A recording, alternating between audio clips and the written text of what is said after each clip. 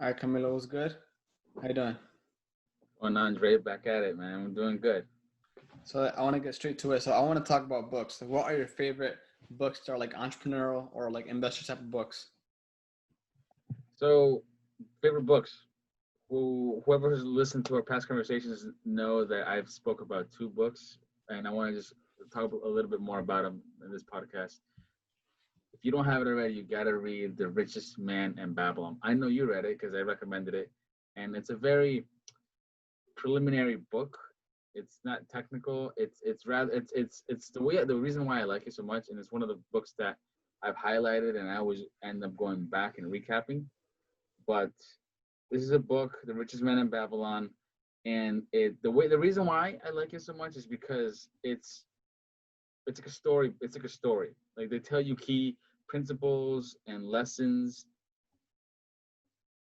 in ways where they give you like a story. Like they run through. It's not a big long story. The book is like, here's the book by the way. It's not thick, you know.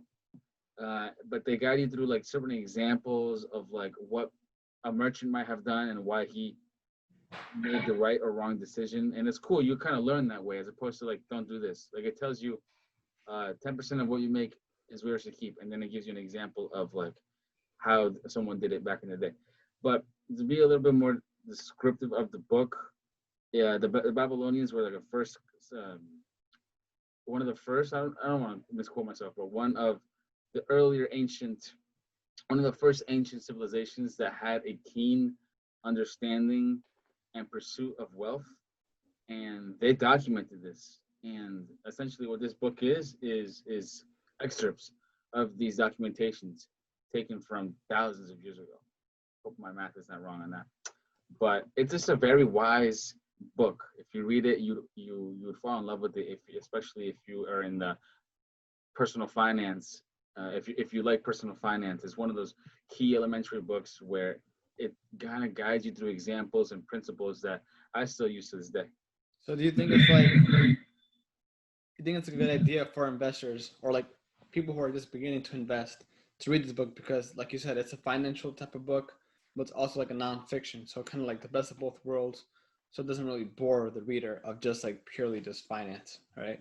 Yeah, I would recommend anyone, not just someone that's really trying to up their personal finance game, but especially someone who wants to start having a level of a solid level understanding of wealth accumulation. This is the one of the first books that I recommend. I recommended it to you, a couple family members, and they all said the same thing, that it's a great book. It just has a lot of wisdom in it, and wisdom comes in many forms. But I think you can be very wise with your money, and this lays it out. It's like a guide, you know, and it's something that, I mean, I have in front of me. Look at all these notes that I take, and as you can tell, it's a book that I definitely have gone back to many times and recite. Now, what do you think are like some key points or something that you really took away from the book, if you remember? So I've mentioned one that always sticks with me, and I've mentioned it in earlier talks, is 1/10 of what you make is yours to keep. So always pay yourself first. We all have bills. We all have to get groceries. We all have to pay rent some sort of another, whether it's a mortgage or rent. We all have loans, whether it's student loans, credit card loans. Okay, that obviously has to get paid. But before you pay all that, whatever your income is, 10% of that minimum goes right to your pocket, into your savings, let's say. So pay yourself first. That's one rule. And that's something that you can automate. You can do that. Let's say you are a 9 to 5 employee, or you just have a job, whatever you do, go to your bank bi-weekly, just calculate how much you make, multiply that by 10%, take that amount, minimum 10%. I would recommend more, but if you can just start off with 10 and then just automate it, that's for another discussion. We've spoken about that before. Another one is, the author describes it as a cure. It's not like really a principle, but I have it written down. Guard thy treasures from lost. So invest your money where it's safe, where your principal is going to be safe, and where you can take that money out in case you need it, right? So we talked about last time we spoke about my Bitcoin. All right, that was extremely volatile. If I had to categorize it as safe, the answer would have been no. Would have been no. Also, consult with wise men. Right, leverage information from people that know, that have skin in the game, that have been in the game for decades. I'm 27. I haven't been in the game for a while, so you leverage that information from people. Had I consulted with someone that understands Bitcoin, that isn't, let's say, ignorant of it and super skeptical of it, but has a good mind, a good moderate mindset, and can look at it holistically, I would consult that person, him or her, first before investing in $1,500 in Bitcoin. So yeah, you learn by mistake, and I even read this book before all this shit, but it doesn't really get solidified until you make those mistakes. So just leverage the wisdom of people that know more than you do. And those are really two that definitely have stuck. Just by off the top of my head. Were those like the key points from the book? No, there's so many. Those are just snippets, right? Another one that I actually remember is, and it's not so much about money, but it's tangentially related, especially in the field of entrepreneurship, is you gotta have a strong and definite desire, right? You have desire to learn. That is, you have to accumulate new skills. And if it's not accumulating new skills, it's getting better at your craft, right? Because that indirectly is going to be the cause or a main factor as to why you start accumulating more wealth. So he kind of gives a little short story or a short example of this guy. He's a potter, and he sees all these other potters just like killing it, like making a lot more than he does. And he's like, what the hell? Like, I'm making base and they're making hella bread. And he starts seeing, oh, like they work faster because they know how to sculpt better. So they're able to produce more units in less amount of time. So what he did is that he just worked longer hours, started accumulating that skill. He got to the point where he can essentially make two in the matter of what he used to make in one, and let's say 1 hour. Before he was making one. Now within the hour he's making one and a half or two. So he's able to increase his speed.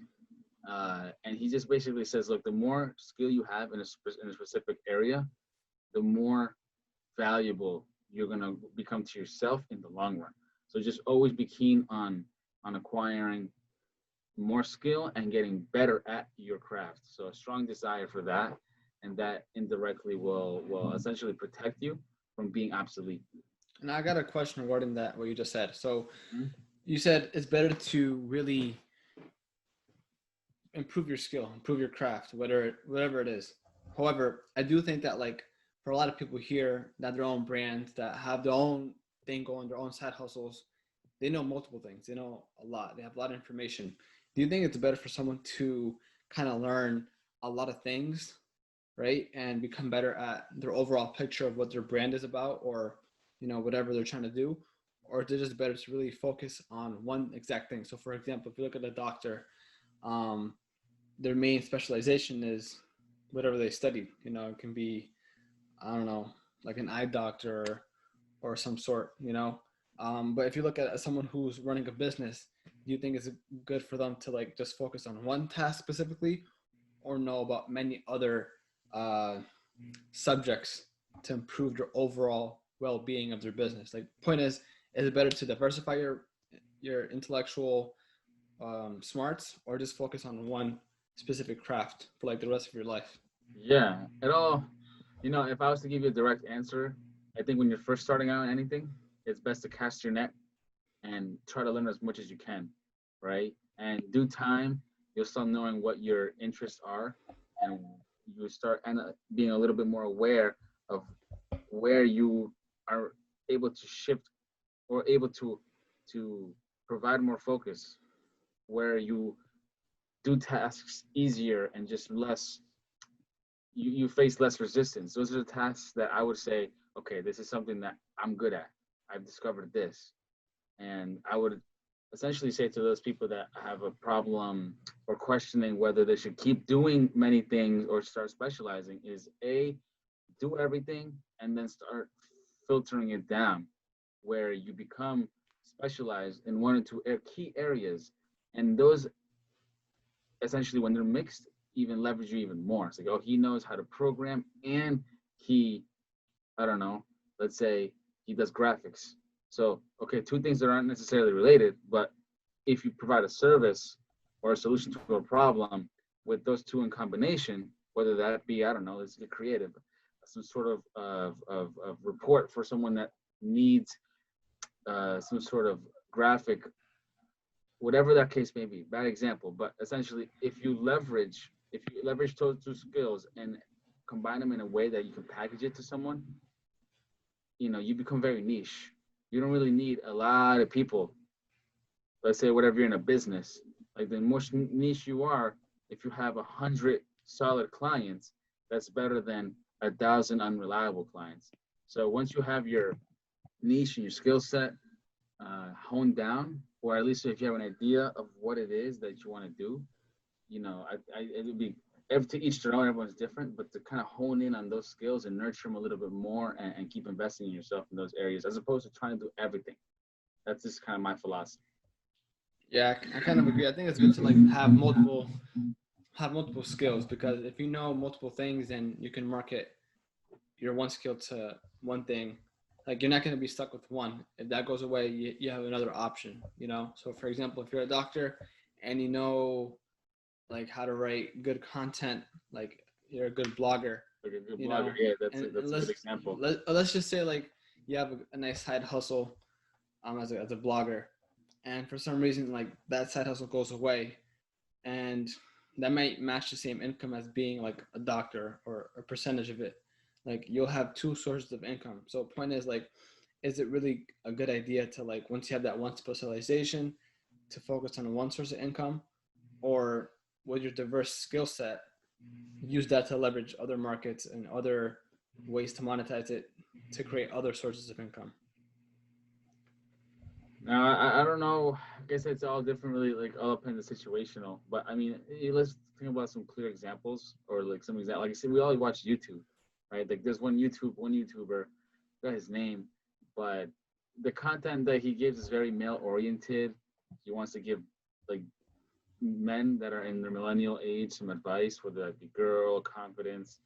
Okay, like there's a lot of those um, YouTubers. Well, but what kind of sets him apart from others is that he talks about in his videos is that his video editing and his storytelling has increased. Like it's just way better than the average YouTuber. And he says like, I invest time into learning this craft because it makes my video better. So he's a good video editor and a storyteller, but that's not his main niche. His niche is basically providing like motivation, guidance to millennials, essentially, no, male millennials. So when you combine those two skills, you become better, and you're able to communicate and just become a well-rounded YouTuber in that example. You know what I mean? So just combining skills and using them tangentially to kind of produce whatever that is you're producing, or selling whatever you're selling. So I know we went a little bit off topic, but let's kind of loop back. And do you have like another book that you're reading right at the current moment, or another favorite book that you read that really has hit you, has really good key points that you really took in? Yeah, and I mentioned this before. I'll mention it again. This one, I Will Teach You to Be Rich by Ramit Sethi. I didn't read this book from front to cover. A lot of it, to be honest with you, is like how to optimize your credit cards, and how to negotiate for better credit card deals. Okay, like I don't have to learn everything, but there's definitely nuggets of gold in here. And he talks about, gives you different breakdowns of how to manage your 401k or your Roth IRA. You go online, you can find a lot of this information, but sometimes you just need a base, somewhere to know where to start from. Everyone says use your best judgment. Everyone has different risk tolerance. But what I like about him is that he breaks it down. It's like, all right, if you have a very high risk tolerance, this might be your investing model. He doesn't say do this. He just says, he kind of gives you a visual of what it is, a mental picture of what you theoretically would be investing in. So before I invested, I didn't know, should I be aggressive? Should I be moderate? But looking at the graphs that he puts in the book, it's like, well, it gives me a picture like, okay, ideally this is what it would look like. So he breaks down a lot of things that other books that I've read don't do it. Don't do. It's very, very practical, very example oriented, and it's also like a modern personal finance book. It's not trying to say, hey, save for every penny that you have. Don't buy your latte. We all have wants. We all like to buy things. So he morphs his book into like keep doing that, but budget for wealth as well. So just don't be that guy that's always saving. Don't be a cheapo. Be who you want to be. Spend what you want to spend, but hone in on these principles, which is wealth accumulation. So he itemizes that pretty well in all the chapters. All right, so I'm gonna add those two books in the show notes. So just like one like final question, like what books are you reading like at the moment? Just Yeah. Okay. So I always like to read, personal finance books. This is again books that I always end up going back to at least once a quarter. I have them all highlighted. You can see the bookmarks, so I can just go back and see. All right, so these two books are good, right?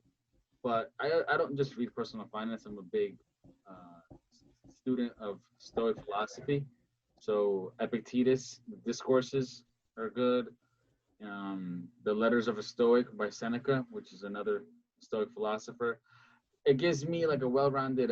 It's good to just read other things. Let's say light reading. I like philosophy because it makes me, you know, question myself and I'm more aware of my actions because I get to reflect. So that's my personal interest. I like reading biographies of people. So right now I'm also reading the autobiography of Malcolm X, and I just picked up another book which I started giving it a read, but it is the prequel or the sequel to *Sapiens*. I think I forgot what it's called. You're gonna have to search it up on the interwebs. But as you can tell, I read personal finance, I read philosophy, stoicism to be specific, biographies, and then just books on like human psychology and human nature. This all fascinates me. Yeah, I So think it's always be good. a well-rounded reader, not just read the one subject.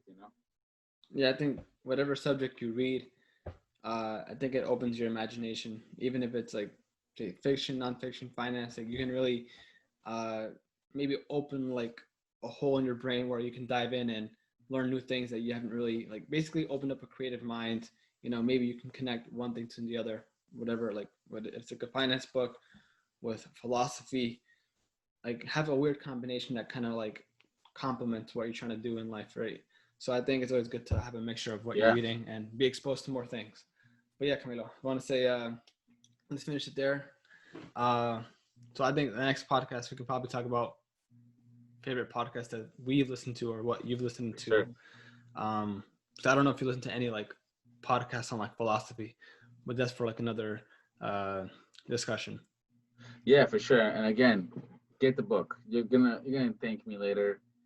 The Richest Man in Babylon is number one. I Will Teach You to Be Rich is good, but if I had to choose one of those two, it's The Richest Man in Babylon. It's just talk about like pieces of gold, man. That has a lot of pieces of gold. You're gonna take anything away from that book, 1/10 of what you make is yours to keep. Pay yourself first. Don't take advice from people that say they know all this shit, but they have none of the credentials. Be smart. A lot of with money, what I've learned on these books is that money is essentially synonymous to emotions. You know, we have the proper emotions in place. We don't get too ahead of ourselves. We don't panic when the stock market crashes. We keep a level head. Our wealth is going to emulate that in a way. So Mm-hmm.